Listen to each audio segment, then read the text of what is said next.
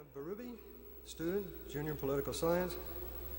Why does the presence of polonium halos, which are unexplained by contemporary evolutionary theory, necessarily contradict and disprove the evidence supporting the current theory, such as the presence of uranium halos, which do indicate an age of several billion years?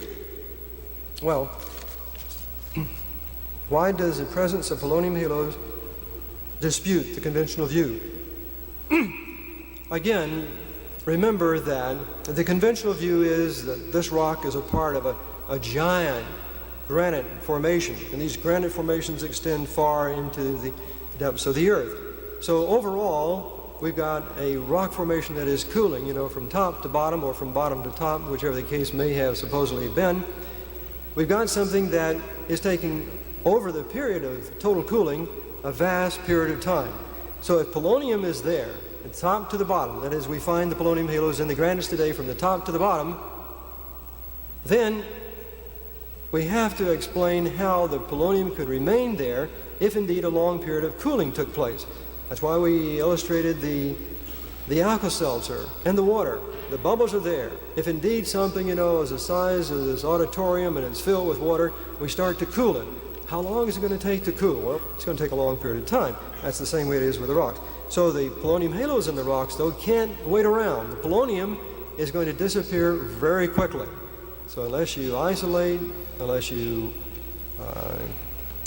condense, solidify, crystallize, create very rapidly, of course, the radioactivity is gone, and there would be no radioactive halo in the rock itself. I'm going to give you another example of that in just a minute using this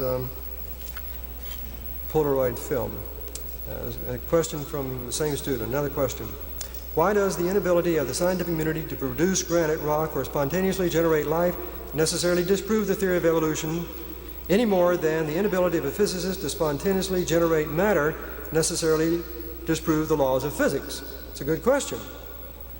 Well, first of all, you must understand that I don't know of any physicists who are out here who are claiming anything about the latter part of this question.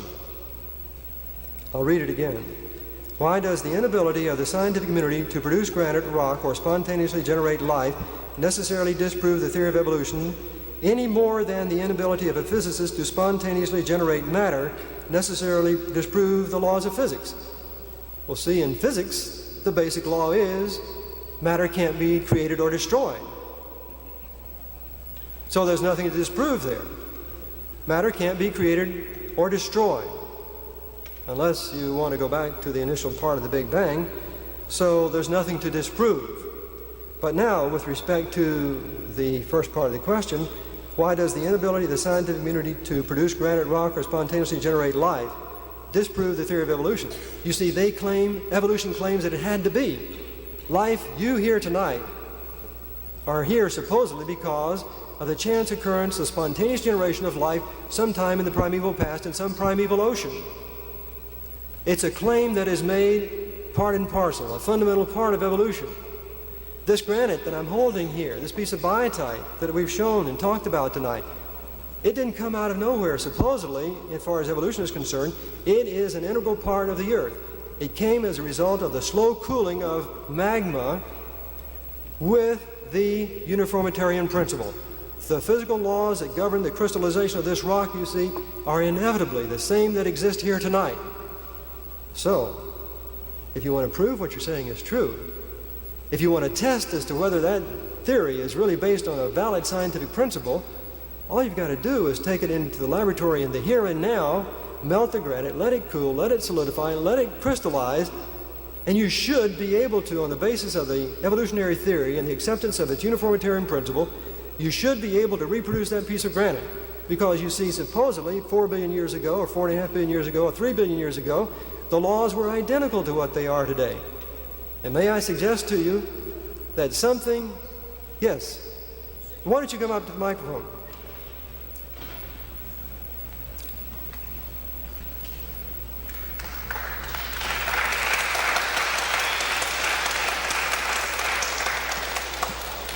My name is Larry Taylor. I'm professor of geology at UT. Who said you cannot form a granite in the laboratory? It's been proven for 25 years by hundreds of publications, and just because you're ignorant of the publications doesn't mean that they can't be done. I can do it in my laboratory. People all over the world can. You know, I'm just so happy you came forward tonight. I'm absolutely gratified because I'll give you the piece of granite. How long is it going to take you to do it? Under controlled cooling rates, you can form it in about a week. Can we all come back in a week and see it? Just like this? On that approximate grain size, not that size, obviously, you have to be much smaller. Oh, wait a minute. What was this about the grain size now? That approximate grain size is controlled as a function of the cooling rate, the kinetics of the situation, the crystallization and growth. And you can form that coarseness of granite minerals. You can form those mineral compositions with a cooling rate of about 1/2 degree per hour crystallizing. I'm going to show you a piece of biotite, a piece of the granite which contains the polonium halos. I want you to look at it.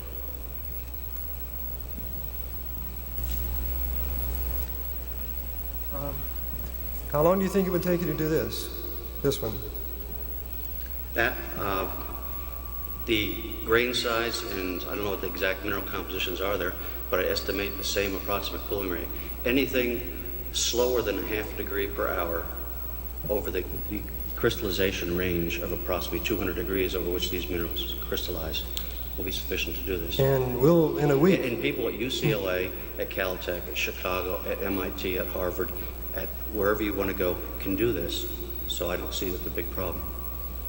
And well, Frank Press is from MIT, and that's where, I mean, he would be speaking to that. But I think more properly that the reason why you're not getting a rebuttal to this is that people just don't want to rebuttal it. It doesn't, perhaps, you know, it's so well established in literature. And now, is this the first time that you've heard of this test? Yes, it is. I see. So you think that in 1 week you can get this piece of granite back in your laboratory? I can give you, you know, many publications that'll... No, I'm not talking about publications. I'm saying you have claimed tonight that you can do it. Is that true? I don't have my laboratory set up right for that, doing that particular thing. I'm working on basalts, but yes, you can do that. I think... I'll tell you of a laboratory where I could go and do it, and that would be at Johnson Space Center. They do that down there now. Now, you changed the topic just a little bit, and I think the audience needs to be aware that you've gone from a granite to a basalt, and they need to understand the difference. And the reason they need to understand the difference is in my book. At the Arkansas Creation Trial, the ACLU geologist, Dr. Brent Dalrymple, took the witness stand, and in the process of testifying about the falsification test, he testified at length about granite and the fact that there was no problem, supposedly, in imitating the granite, and he brought out the Kilauea lava lake. If you read his testimony very carefully, you find two things. First of all, he admits that you cannot. He does not know of anyone, and he was a person who was there who had studied my results over a considerable period of time before he testified. He knew of no one who had successfully synthesized a hand-sized piece of granite in the laboratory. In fact, he admitted, as I've just read, that it was a meaningful test. But now, in order to change the subject just a little bit, and to present a plausibility argument that it was possible, on the witness stand, he brought up the Kilauea lava lake material, which is a basalt. And he said it resembled a granite, and he used that as an indication that, yes, sometime if you had a sufficiently good apparatus, it would be possible to synthesize a granite. But what he didn't say, and what you didn't say just then, was that there's an awful lot of difference between the grain size of the basalt you're talking about and the granite crystal, which I have right here. I beg to differ tremendously. That there can be grain size within a basalt flow, within the Hawaiian flows, that is of the same grain size as you have there, that can cool rather or form rather rapidly. But regardless of, I'm not talking about basalt. I don't know what your You mentioned basalt. I said what I've been working on recently is basalts. Well, I'll have to comment a little bit further on what you just said. Well, okay, but what I'm saying is that you can make the grain size of the minerals, you can make the mineral compositions without any problem in the laboratory when you're geared up to do this particular type of thing. It takes controlled oxygen fuel gas, it takes controlled cooling rates in closed containers.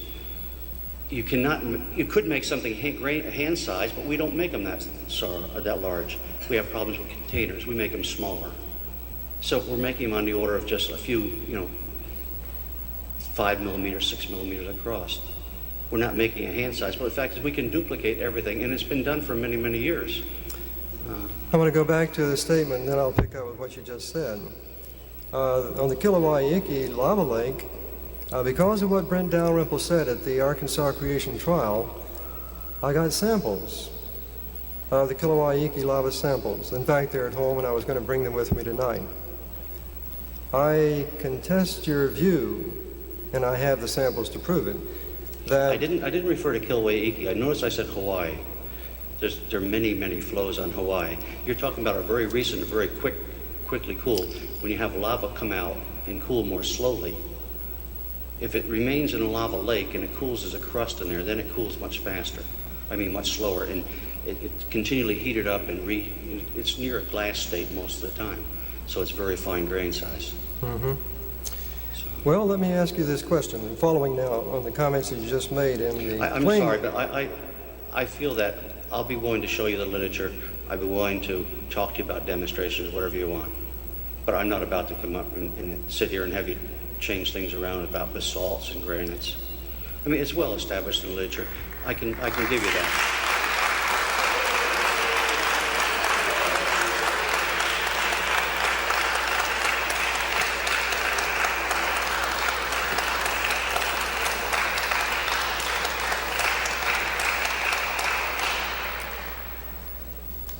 I'm happy that this has occurred tonight because it's not the first time that I've heard such a claim.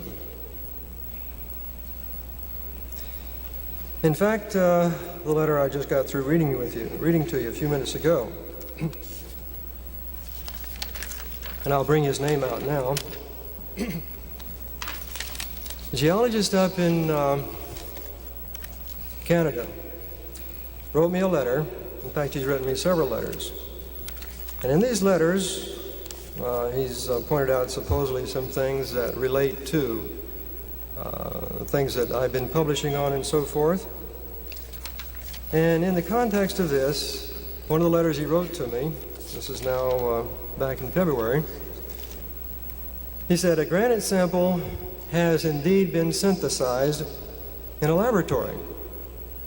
Now, from what the gentleman just said, of course, you've got to have high pressures, you've got to have high temperatures, and you've got to have slow cooling. Oh, pardon me, you didn't say high pressures.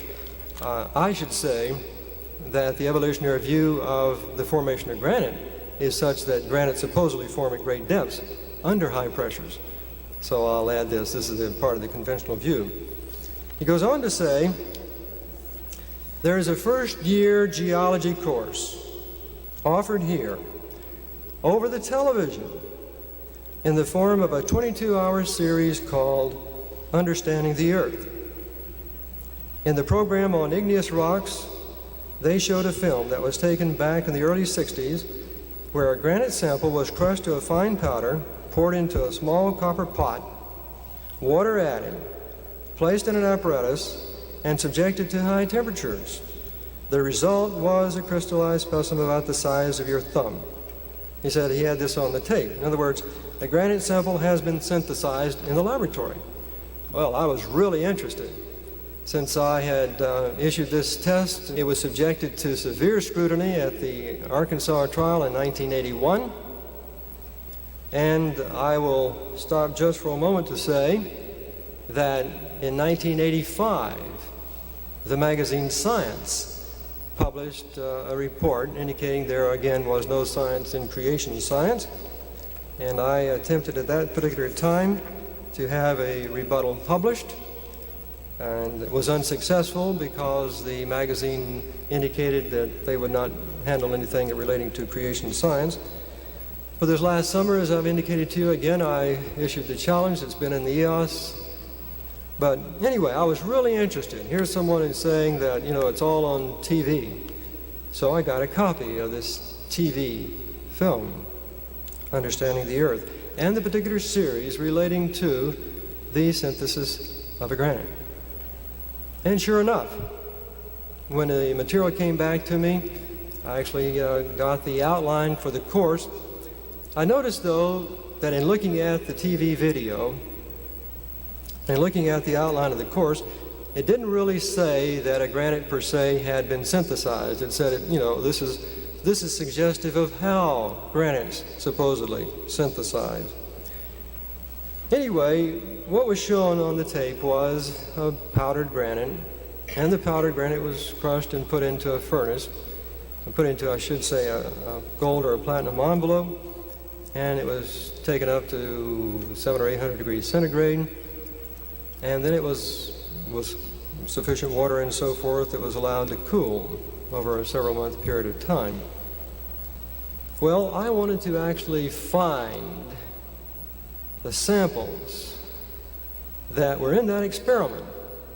It wasn't good enough for me just to say, well, it looks like a granite. I didn't know. Maybe it was supposedly a granite.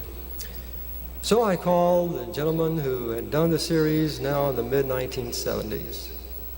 And I asked him to begin to look very particularly at that segment. And I said, I want to know, first of all, did you do the experiment? He said, no, we didn't do the experiment. We took it from an old Encyclopedia Britannica film. And so I said, well, can you tell me more about it? He said, I'll go back and look. And he went back and looked, but he couldn't find any more additional information about it. He only had one name, and through that one name, I began to call around the country, various geologists, and I finally found the gentleman who had actually done the experiment of the supposed granite synthesis, and indeed he admitted that this is a part of, of an ongoing research program, and they were carrying on at that particular time. Well, I said, I'm very much interested in getting information on the samples that you were trying to synthesize at that particular time, the granite ones especially. And he said, well, that was some 20 or more years ago. And so I continued to check. I got back with him, and he has since retired. He said that he thought he perhaps had a piece from one of the experiments, but he was way out west and he wasn't coming back east until this last week, April 9, in fact. And so I called all over the place trying to get other samples of people who had done these kinds of experiments and supposedly was going to show me this information on granite synthesis. Well, I called him Friday afternoon, just last week. He was back at his home, and I said, I'm still looking for this sample that you had indicated was possibly still in existence. And indeed, he had returned home, and he had been looking for it for 4 days and was unable to find it. Well, I encouraged him to keep on looking and told him I would get back in touch with him. Saturday night, though, I received a telephone call. He had found this specimen that was a part of this granite synthesis experiment of 20 years ago. It was in another state, and all the stores, of course, are closed as far as delivery is concerned, Federal Express. But I paid to have it shipped Delta Dash from his city to mine. If you turn on the 35 millimeter projector again, you'll see a picture of it. There it is. There's a sample that was a part of a granite synthesis experiment over 20 years ago. 700 or 800 degrees centigrade, melted, cooled down now, and if I understood what you said a few minutes ago, you could do it in a week.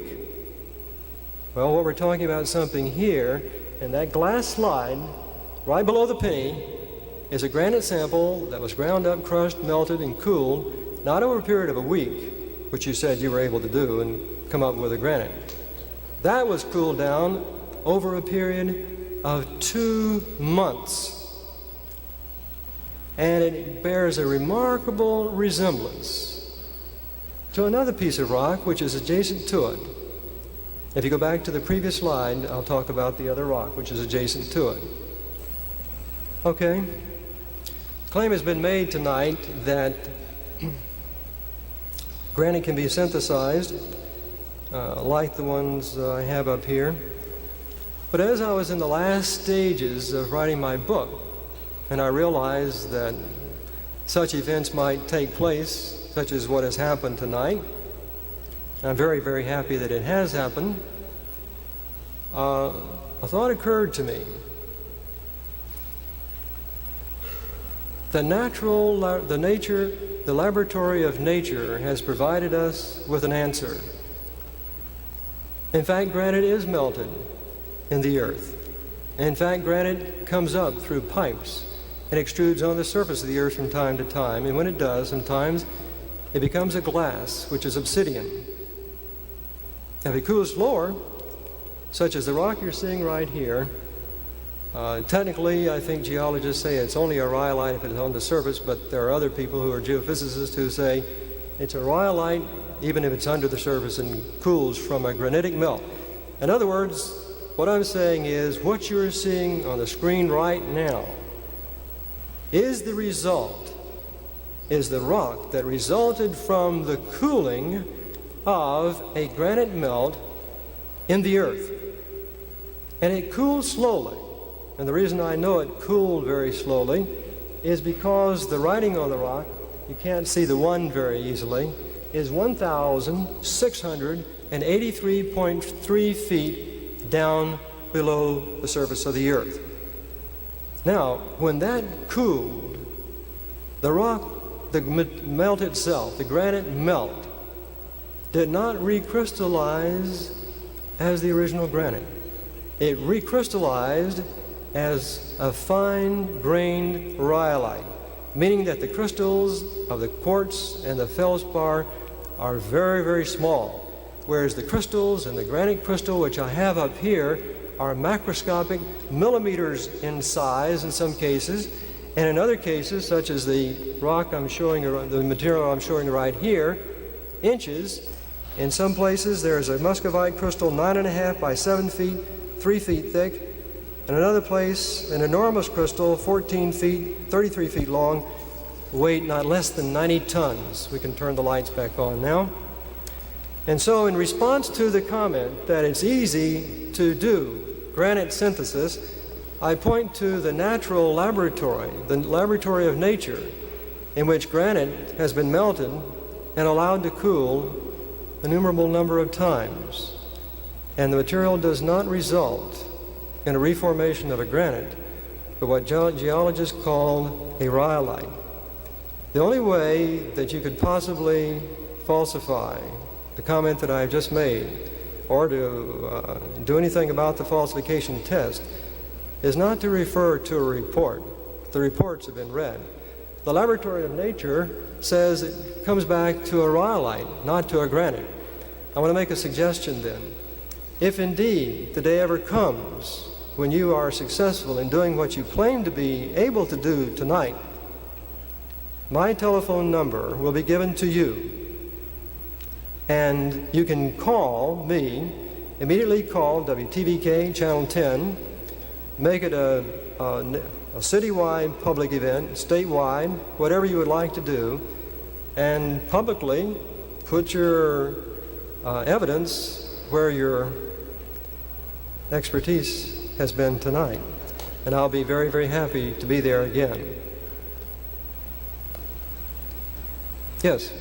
In other words, I'm saying it can't be done, and until you produce it, the laboratory of nature says that the experiment is going to fail. In fact, the experimental synthesis experiment that has already been done has been shown to be nothing except something extremely similar to the rhyolite.